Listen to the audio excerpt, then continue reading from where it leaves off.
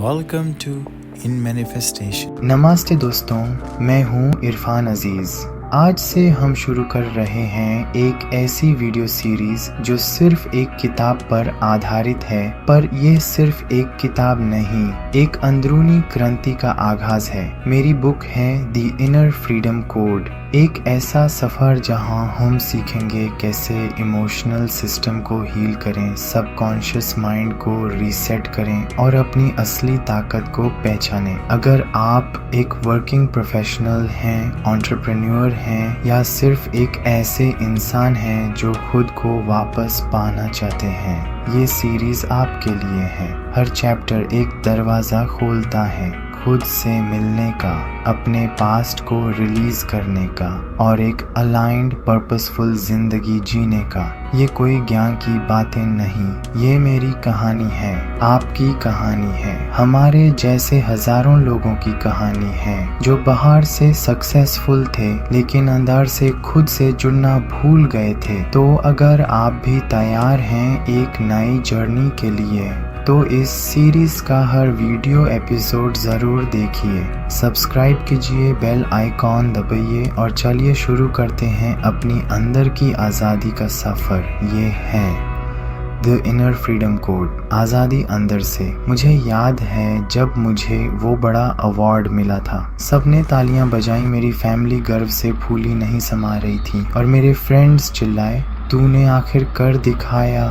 मैंने इस पल के लिए बहुत मेहनत की थी, दिन रात अपने सबसे बड़े ड्रीम के पीछे भागा था, पर अंदर ही अंदर कुछ गड़बड़ लग रही थी। एक खामोश खोखला सा दर्द, जैसे कोई खूबसूरत गिफ्ट बॉक्स खोलो और वो खाली निकले। दुनिया जश्न मना रही थी पर मेरा दिल अजीब सा खोया हुआ महसूस कर रहा था। ये हम में से कई लोगों के साथ होता है। हम बड़े गोल्स के पीछे भागते हैं ये सोचकर कि उनसे हमेशा की खुशी मिलेगी, पर कभी कभी जीत खोखली सी लगती है। हमें सिखाया जाता है कि उपलब्धियां के पीछे भागो, एक अच्छी नौकरी, एक बढ़िया घर और भी काफी चीजें। हम मानते हैं कि ये चीजें हमें खुशी से भर देंगी, पर सच्ची खुशी कहीं और छिपी होती है। शायद जवाब हमारे बाहर है ही नहीं, वो खालीपन नाकामयाबी नहीं है, वो एक सिग्नल है, अंदर झांकने के लिए एक प्यार भरा बुलावा। ये हमारी अंदरूनी दुनिया है जो उतनी ही मांग रही है जितनी हमारी बाहर की जिंदगी। ये फीलिंग मेरी रियल जर्नी की शुरुआत थी, एक जर्नी आंतरिक स्वतंत्रता, इनर फ्रीडम ढूंढने की, आखिरकार अपने दिल को समझने की। कभी कभी खालीपन ही बुलावा होता है। ये शुरुआत है, अंत नहीं, और इसे सुनना जरूरी है क्योंकि वहीं से असली बदलाव शुरू होता है और वहीं से मैंने शुरुआत की। स्कूल में हमने मैथ, साइंस, हिस्ट्री सीखा, कैसे सोचना है, प्लान करना है और प्रॉब्लम सॉल्व करनी है। हमारे माइंड्स तेज हो गए दुनिया के लिए, पर हमारे दिलों का क्या किसी ने हमें अपने इमोशंस को समझना सिखाया? उदासी, गुस्सा या शर्म को कैसे हैंडल करना है? हम में से ज्यादातर लोगों ने अपनी फीलिंग्स को छुपाना सीखा, एक बहादुर चेहरा बनाना सीखा। सोसाइटी हमें स्ट्रॉन्ग बनने को कहती है, रो मत, गुस्सा मत दिखाओ, तो हम अपने इमोशंस के आसपास दीवारें बना लेते हैं। जो सच में चल रहा है उसे दबा देते हैं। हमारे माइंड्स तो स्ट्रॉन्ग हैं पर हमारे दिल अनसुने रह जाते हैं। ये इम्बैलेंस हमें लाइफ के इमोशनल अप्स एंड डाउन्स के लिए अनप्रिपेयर्ड छोड़ देता है। हमें जॉब पाना, पैसा मैनेज करना आता है, पर क्या हमें अंदर का दर्द हील करना आता है? हमसे इमोशनल स्किल्स का सबक मिस हो गया और वहीं से समस्या शुरू होती है, क्योंकि लाइफ सिर्फ सोचने के बारे में नहीं है, ये फील करने के बारे में भी है। अपनी इनर वर्ल्ड के लिए उपकरण के बिना हम संघर्ष करते हैं। अब वो सीखने का टाइम है जो हमने कभी नहीं सीखा। हमारे दिल इसे डिजर्व करते हैं।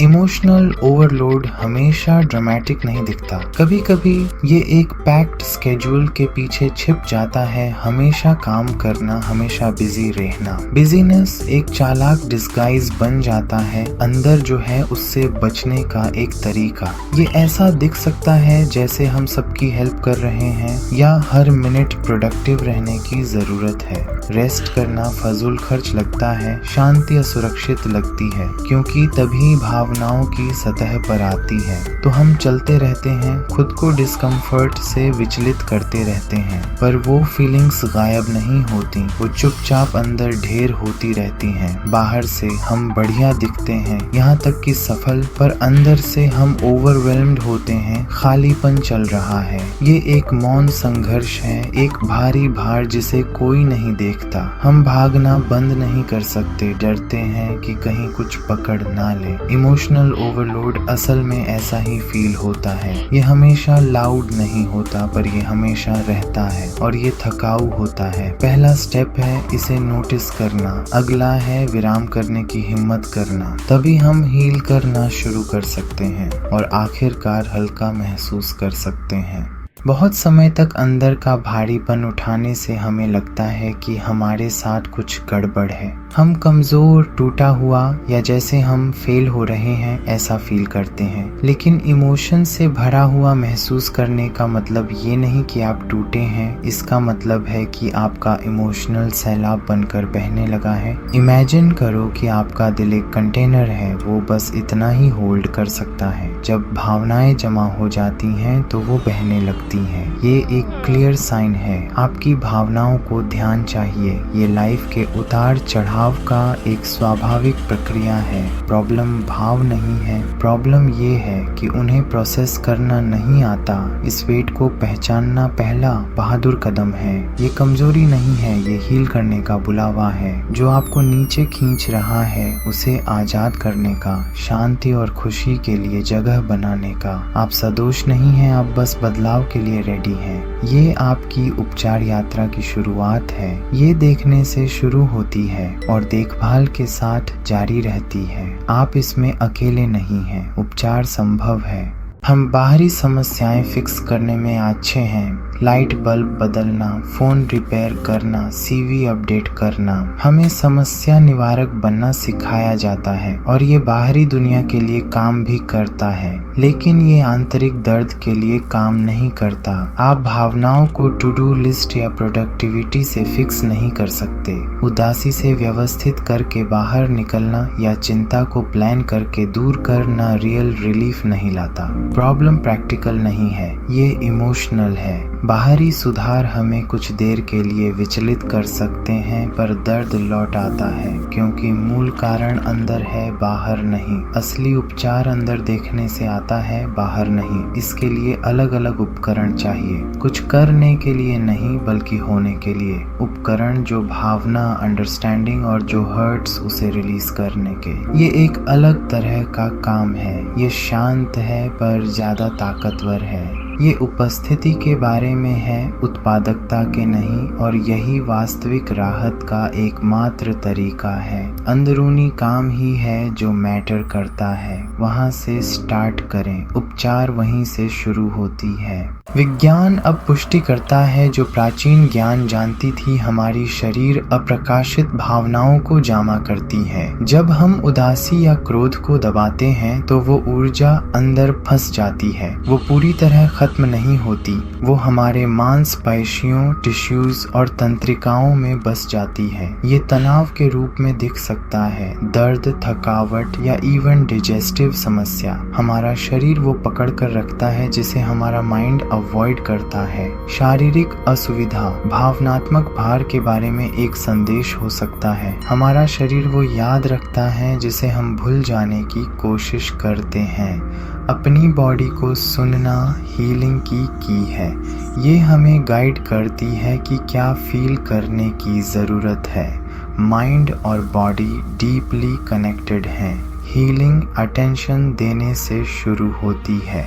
आपको कैसे पता चलेगा कि आप इमोशनली स्टक हैं? आपके चेस्ट या स्टमक में भारीपन, हमेशा बिजी रहने की निरंतर आवश्यकता या रेस्टिंग को लेकर गिल्ट। आप अंडरस्टैंडिंग क्रेव करते हैं पर बता नहीं पाते कि आपको क्या नीड है। लाइफ बढ़िया दिखती है पर आप बेचैन या असंतुष्ट फील करते हैं। आप इजीली चिढ़ जाते हैं, फोकस नहीं कर पाते या नम और डिस्कनेक्टेड फील करते हैं। ये आपके इनर सेल्फ की अंदरूनी आवाज हैं जो हेल्प मांग रही हैं। आपका इमोशनल सिस्टम रिलीज और हील होने का एक चांस चाहता है। इन संकेत को सुनो, यह हल्का महसूस करने के निमंत्रण है। अब ध्यान देने का टाइम है। इमोशंस को दबाने से इमोशनल कर्ज जमा होता है, बिल्कुल फाइनेंशियल कर्ज की तरह इग्नोर करने पर ये बढ़ता जाता है। ये कर्ज हमारी भलाई और रिश्ते पर बोझ डालता है। अनएक्सप्रेस्ड एंगर ताना या दूरी के रूप में लीक होता है। अनजाना भय इंटीमेसी को ब्लॉक करता है। हम लोगों को पुश करते हैं या दर्द भरा रिश्ता आकर्षित करते हैं। काम पर क्रिएटिविटी सफर करती है, टाल मटोल बढ़ता है और जीवन नीरस लगता है। भावनात्मक शून्यता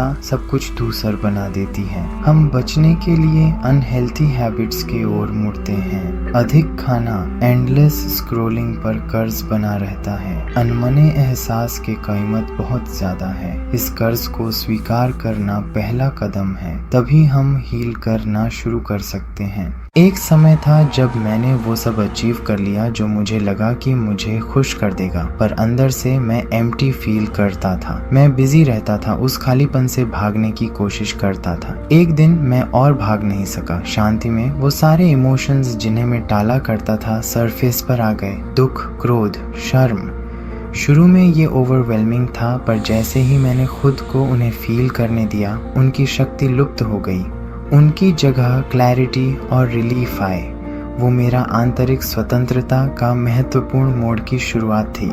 उपचार, सुधार या प्राप्ति से नहीं आई, बल्कि रुकने और महसूस करने से आई। सच्ची शांति समर्पण से, अपने दिल की सुनने से आई। स्थायी स्वतंत्रता अधिक प्रयास या आत्म सुधार के बारे में नहीं है। हम टूटी हुई मशीन नहीं है जिन्हें फिक्स करना है। ये रुक कर, सुनकर और साहस पूर्वक अपने इमोशंस को फील करने के बारे में है। वहीं रियल हीलिंग होती है। इसी तरह हम खुद तक वापस पहुंचते हैं। ये यात्रा कुछ नया बनने के बारे में नहीं है, बल्कि अपनी प्राकृतिक आनंद और शांति को पुनः प्राप्त करने के बारे में है। अगर आपको वो आंतरिक उत्तेजना का एहसास हो तो सुने, रुकें, महसूस करें। अनुमति दें, आपकी आंतरिक स्वतंत्रता इंतजार कर रही है। ये दिल की यात्रा है और ये हर कदम सार्थक है। आप अकेले नहीं हैं, रास्ता खुला है।